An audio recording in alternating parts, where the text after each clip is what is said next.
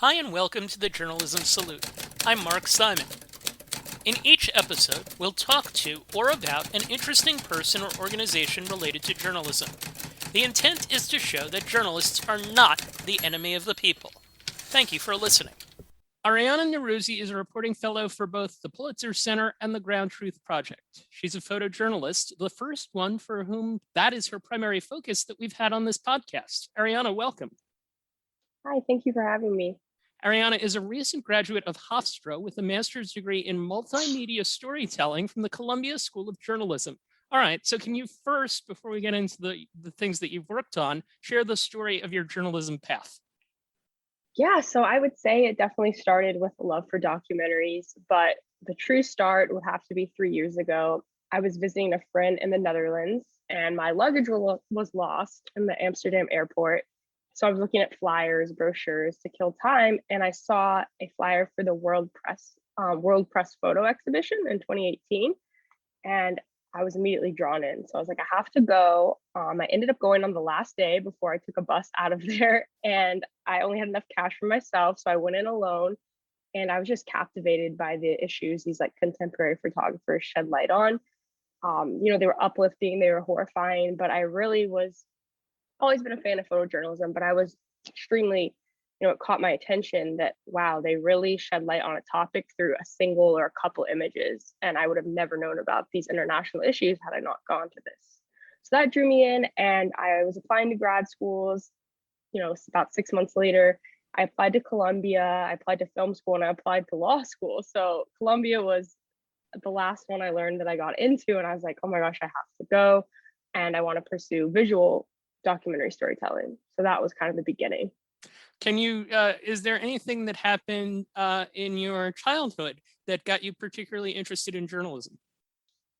No, my parents are constant. The news is on 24/7. I was living there with them during COVID, and it was constant news. It still pretty much is. So it's always taught to, read the newspaper, take in multiple sources. But I loved documentaries just growing up throughout the years. Of course, as I got older, high school on, I was very interested, but I would say it's a multiple things. Definitely my parents. Is there a genre of documentary that you're particularly interested in? I mean, kind of everything. Like, I love crime. I love, international issues. I really will watch anything, I'd say. So where did you learn photography? So photography started kind of as a hobby growing up. I received my first camera in beginning of high school. Just would photograph friends, street photography. After the World Press Photo, exhibition, I wanted to pick my camera back up. I would go down to Mexico. I'm from San Diego, so I'd drive down, just kind of shoot what I saw there, nothing too crazy. And then I learned the more technical side in Nina Berman's class in the fall semester at Columbia. And then I still am learning photography. I'd say like every day, I try to watch tutorials on YouTube, but. All right, so what's your style and how did you develop it? So my style is still developing, like I just said, but I would say consuming and maybe going as far as to study other photographers' work that I enjoy. That kind of has helped me bridge the disconnect between these really intricate moments that you notice when you're entrenched in a story or entrenched in a life or a happening, and then to translate that to like a coherent photo, right? To tell a story to mass audiences is the goal. So I think that studying other people's work, and then I'm really still developing my style for sure, but I think location plays a role in it. So whether it's like capturing a refugee community in San Diego and you want to show, okay, it's December, but there's these palm trees and beautiful skies, or addiction in rural Illinois, like here's this family and here they are having like a barbecue and their beautiful lush backyards. So kind of looking at our surroundings through layering my like composition of my images and playing with like depth of field. And it's detail oriented. You're very detail oriented with it. Yep. Okay. Yes. So explain how you got involved with both GroundTruth and Pulitzer. So yeah, GroundTruth, both have been amazing. When I was graduating from Columbia last spring, they added some fellowships just because of COVID and how kind of our opportunities had shifted, but there was a lot more COVID-centric fellowships and work. So there was the GroundTruth's Migration Fellowship, which was perfect for me. I'd done some work in, immigration, and that was an interest of mine in grad school. So I applied. I met Wilson and Ali and the team, and I was eventually, selected for the opportunity. So that's kind of how I came about GroundTruth. They've been really, really amazing in helping me like lay a foundation for my early career. And then Pulitzer also did a similar like Columbia fed in fellowship grant through Columbia for their crisis reporting grants. So I applied to that with another story initially, and then just been working with them for pretty much the last year. How does that work? You come up with the idea, they say, yes, we will give you the grant money, and what happens from there? Yeah, so that's exactly how it works. You send out a kind of pitch and they say yes.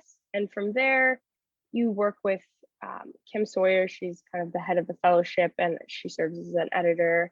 You check in, you meet. It's really what you make it. I was doing primarily visuals, so it wasn't so like a lot of them are writing focused. So I didn't check in as often, but it was kind of like, here's what I'm doing. You have an advisor, you have peers. There's amazing conferences, which were all held virtually. But I received a lot of feedback from my peers that I met at those conferences. And what's been the biggest thing that you got out of the feedback that you've gotten, both, I guess, on your photography and your writing recently? I think pitching, because again, I'm still so early in my career that so many people have different opinions and styles and methods of pitching and advice, right? So I think taking them all into consideration and kind of showing different people and coming to this, happy medium where, I'm like, okay, this is my work, but all these great opinions and feedback have helped me out. So pitching helped, I'd say. You mentioned that your career is short, but you've done a number of pretty interesting things. We can go through them here. You talked about being entrenched. We'll talk about being entrenched. One piece that I wanted to talk about was a piece that you did while you were a student at Columbia Graduate School, a piece looking at life in Iran early in the pandemic as a foreshadowing for what life was going to be like in the United States. And you wrote not just about life, but how economic sanctions were impacting things. This was an instance taking something that you and your family knew and making it into a journalism project. What do you remember about that one? Yeah, so my father is Iranian. We always celebrate Persian New Year at my grandparents' house, and my family from across the country and within California, we all come together. And that night was actually the night that California went under lockdown, which was I think it was the first state by like a day. So everyone was really like, whoa, like, should we be wearing masks? No one really knew what was going on. But I remember I had a couple family members that had immigrated from Iran within like the last decade or 5 years. And so they are very closely tied to their family and friends back home still. And they were pretty, like, they kind of knew what was going on more than we did. And I also remember one of my sources, who she's in the US, but her mother's still in Iran.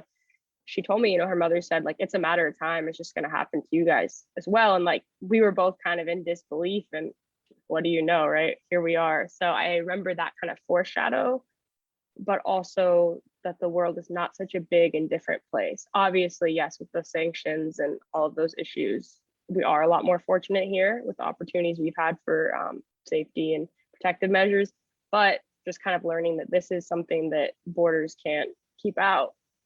It's a big takeaway. What is it like to kind of have your family be an important part of a piece?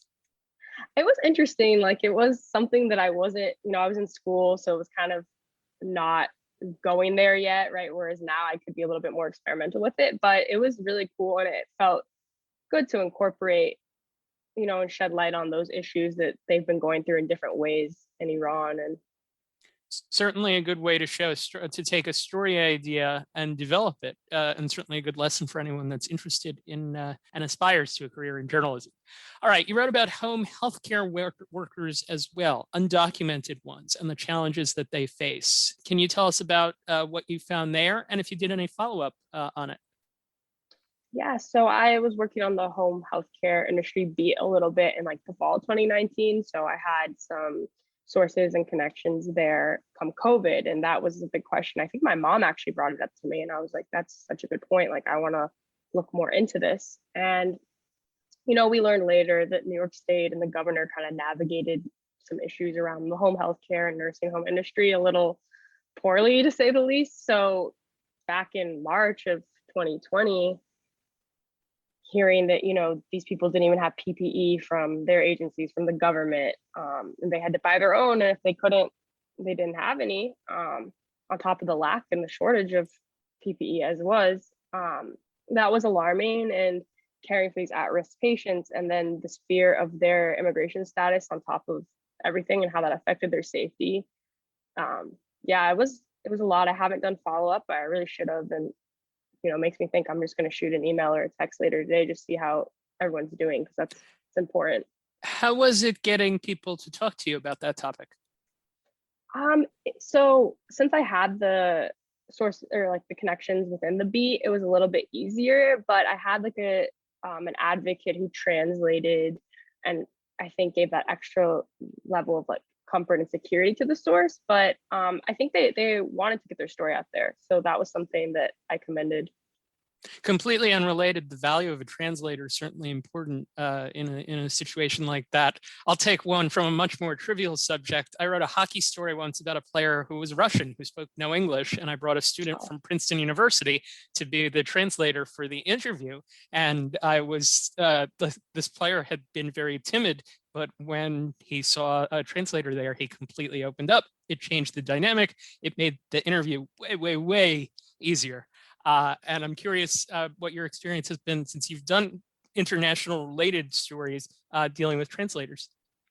Yeah, I think exactly what you said. It really opens up the doors to like a different realm within the interview. Like, people are less timid. They can say things that they wouldn't, even if they speak, let's say, some English, they can say things that they would be able to say that they wouldn't have been able to say, just like us, right? If we were speaking to someone in another language, we wouldn't know the right thing to say. So I think it really does open doors. It makes the source more comfortable, and it gives you kind of that extra, like, if you have a question and you're trying to formulate it, sometimes the translator can kind of help and just inform the interview a bit more. Yep, it's definitely on top of it being useful. It's a cool experience to work with Right. someone like that. Another story that involves both the United States and another country. Can you explain the multimedia project that you did about Friendship Park and the border wall, and elaborate on how you came to write about Robert Vivar and what he's had to deal with in living on the United States and the Mexican sides of the border? Yeah, so I reported my master's project at Columbia on Friendship Park, and I wanted to do a multimedia project that had to do with space, because there's so many ways to, capture that visually, and with audio, and of course text. So I found this binational park, Friendship Park. It's in Tijuana and San Diego, and it originally used to be a place where people that were separated by the border wall, like loved ones could have like a picnic, or they could hug each other even. Obviously now, I don't think it's open on the US side, or recently reopened, but when it is open, people can touch pinkies through this mesh border wall. So not the same as having lunch. There's a lot of restrictions, but it's still a way for people to see their loved ones. And some people travel from all over the US, and then their family members come from far South Mexico or even Central America. So there's a lot of wonderful stories there. I wanted to know the story of the park, so the people involved, and then the history. So I traced the history of the park and corresponding border policy. Operation Gatekeeper was actually an initiative that was targeted specifically at the park, crazy enough. So, taking a look at that, scraping like CBP and government websites for data, tracing how like deaths actually were pushed east when there was more regulations on the western side. The park sits right on the ocean. So yeah, and then in terms of the characters, there were a heavy deportee community presence was there. So there was deported veterans, there was deported parents, mothers, and Robert Vivar was a wonderful source. He really just is such a kind person, and introduced me to the church service there, the binational church service, to different members of his community. And his story was that, he was a 2-time deportee. Obviously, in 2 times, he did resist his deportation. And even when he was back in Mexico the second time, it just, it really took a toll. But his story is one, I think, of like gratitude and acceptance. And just kind of the story is how he accepted his life there, and made the best of it. And even though he can literally live at the time, and like a condo on the border wall so he can see the US. He used to wake up just miserable, right? Seeing that, and now he just accepts it. And I think besides all the socio political components of the story, his character and his practice of gratitude and acceptance is just inspiring, uplifting. The way that you talk about it, it makes me think that there's a big difference between hearing about him, reading about him, which gets you certainly closer to him and the experience of it, and then actually meeting him and seeing the experience of what someone like that is going through, that people who just have an opinion about the border wall aren't necessarily taking into account. So what you're doing is you're opening up his story to the rest of the world, I guess, in theory. Right. Yep. All right, shifting gears, one more. In May 2020, you did a visual portrait series for New York City Lens on the class of 2024, ? So explain how you do portraits, and all of this will be linked in the show notes, by the way. Explain how you do portraits from thinking it out to prep to set up to how many shots you take. Wow, yeah. So thinking back to that story, yeah, I mean, I wanted to focus on students that were accepted to a college in New York City, and during that time in May, it was, a disaster, right, with COVID. So where are they going to go if things were open? Would they feel comfortable going?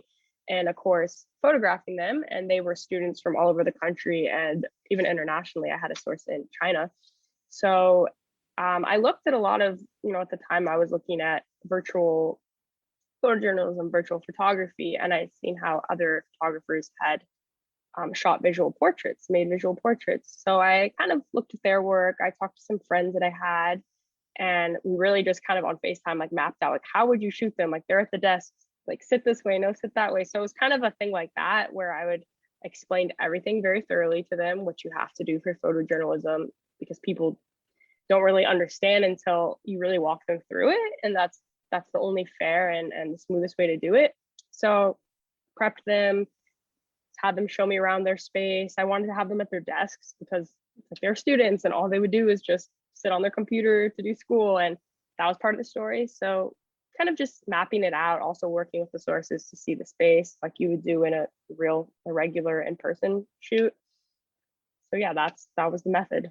Nice. That must be an interesting experience. I've certainly posed for portraits for school and such, but it's a little different when it's for a journalistic project. All right. So GroundTruth had contacted us about this piece that you did for the San Diego Union Tribune. They brought it to our attention as something that we might want to talk about, and I think they were right. It's a photo essay about refugee families dealing with the challenge of virtual learning, part of a series of GroundTruth pieces called Here to Stay. And when I was looking at it and the work that you did, my first pass, I was kind of like, okay. The second time through, though, I realized that what you were essentially doing was you were a historian documenting life. And when you're documenting life, you're capturing day to day. And some of it can be mundane, some of it can be exciting. Some of it's more telling if you look at it really closely. I like the picture of a girl who was doing a sketch of an Instagram, phone in one hand, pencil in the other, head down, locked in, focus-wise. There are a lot of heads looking at screens in this because of virtual learning. What do you want people to take from this piece, both overall and about the refugee experience?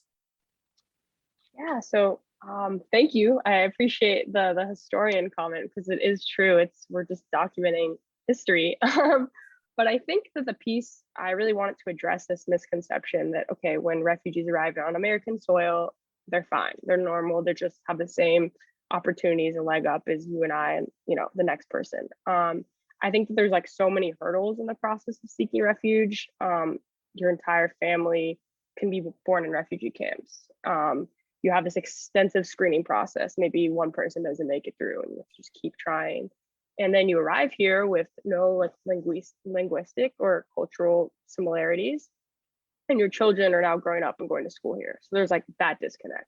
That's hard, right? And that's just a couple of the hundreds or thousands of things these people encounter. So I really hope the takeaway could touch on these like extra hurdles that these families tackle and kind of show the nitty-gritty of like, okay, so virtual education is hard for everyone. Imagine watching your 2 kids, your sister's 9 kids, and you're a university student yourself. So like I think that this story focused on an intergenerational commitment to education on for mothers and then their families. And so I wanted just the takeaway to be like, these moms they're killing it. Like I want the readers to see how hard that they work every day, and like I'm really proud of them. And I think that anyone else that hears and views their story would be too. What was the time commitment that you put into it? So finding families was a bit of a challenge because it is a bit of a segregated community in a sense. Like no one wants to open up their doors to have someone come photograph them. But I had a couple hurdles with that, but I found this amazing community organizer. His name's Dan from Say San Diego. It's an education not advocacy group, but like an education group that helps support students in San Diego County. And he connected, he is from, I believe, Kenya himself. And he said that I know some others, like, explain my project, explain your project, let me connect you. So we eventually all got on Zoom. I had a PowerPoint, and then on Zoom, there's a cool option. Speaking of translators, that he was able to translate everything I was saying as I was speaking. He's amazing. That's one of like million amazing things he's done for me.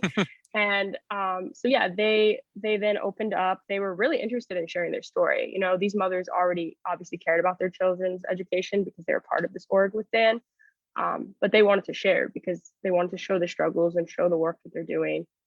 So yeah, that's kind of how I got access. I went to their house afterwards without my camera twice, to just once with Dan and then once alone again to speak with them, even though the mothers, except for one, didn't speak English. So 2 of the families.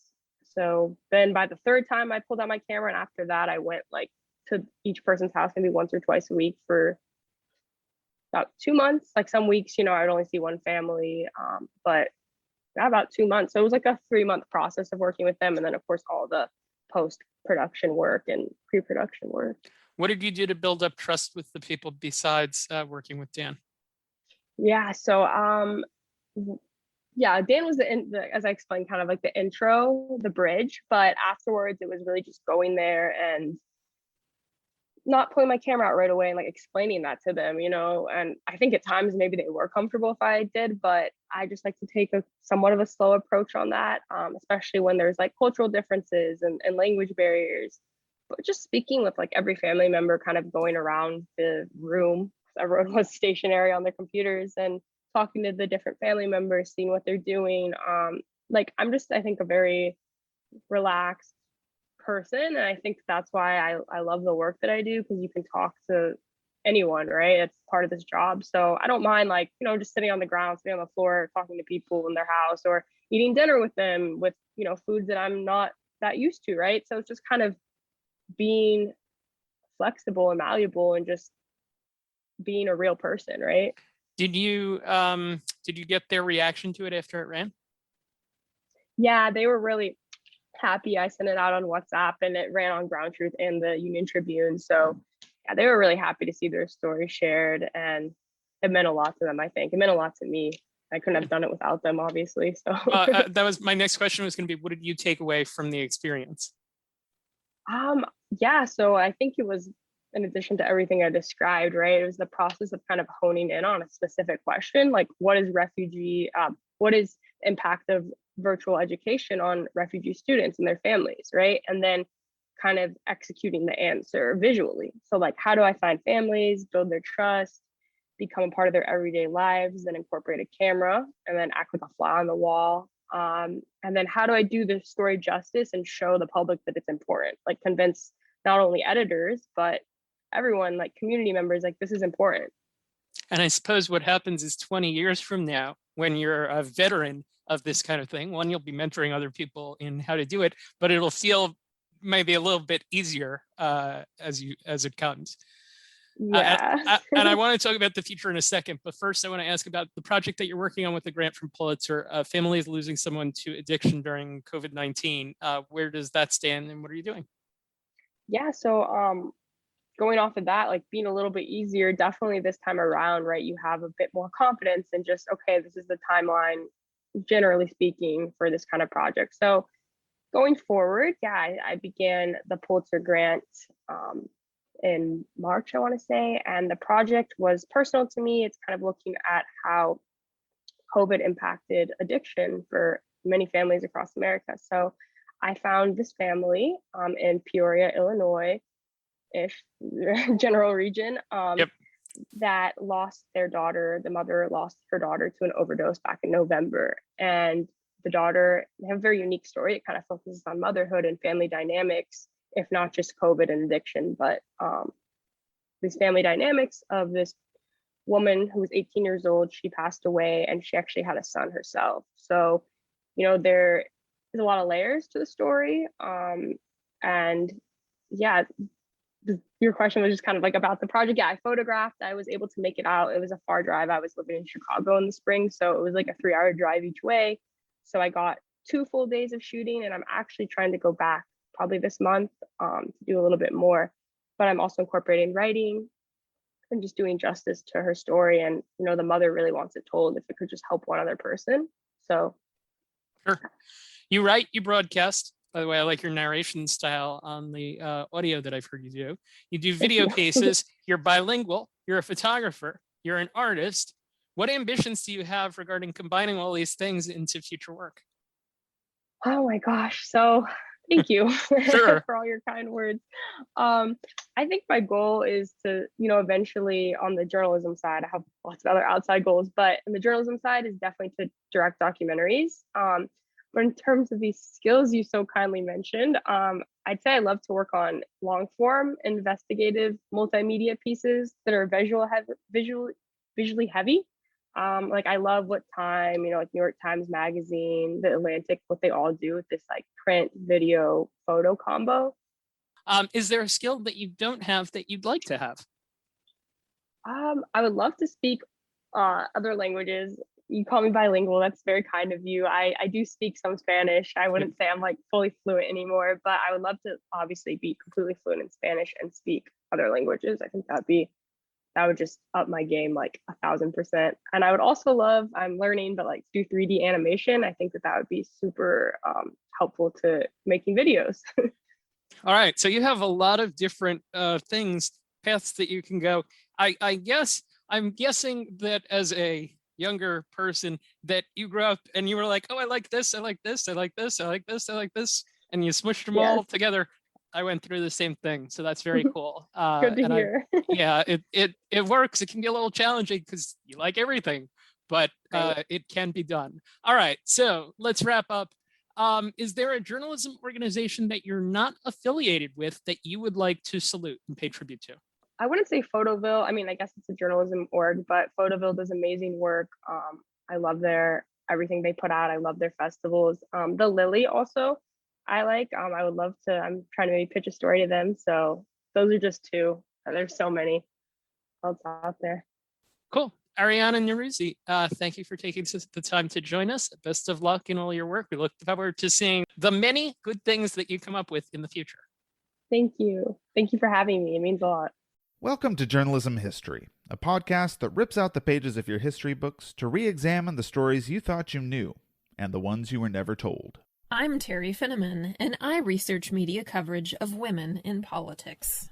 And I'm Nick Hirschon, and I research the history of New York sports. And I'm Ken Ward, and I research the journalism history of the Great Plains and Rocky Mountains. Find the Journalism History podcast at journalism-history.org/podcast and wherever you listen to your favorite podcasts. GroundTruth's mission is to restore journalism from the ground up by supporting the next generation of journalists through field reporting that serves undercovered corners of the United States and the world. You can find them at thegroundtruthproject.org. The Pulitzer Center raises awareness of underreported global issues through direct support for quality journalism and a unique program of education and public outreach. You can visit them at pulitzercenter.org. Thank you for listening to the Journalism Salute. Please let us know what you think of the show. You can find us on Twitter at JournalismPod, and you can email us at journalismsalute@gmail.com.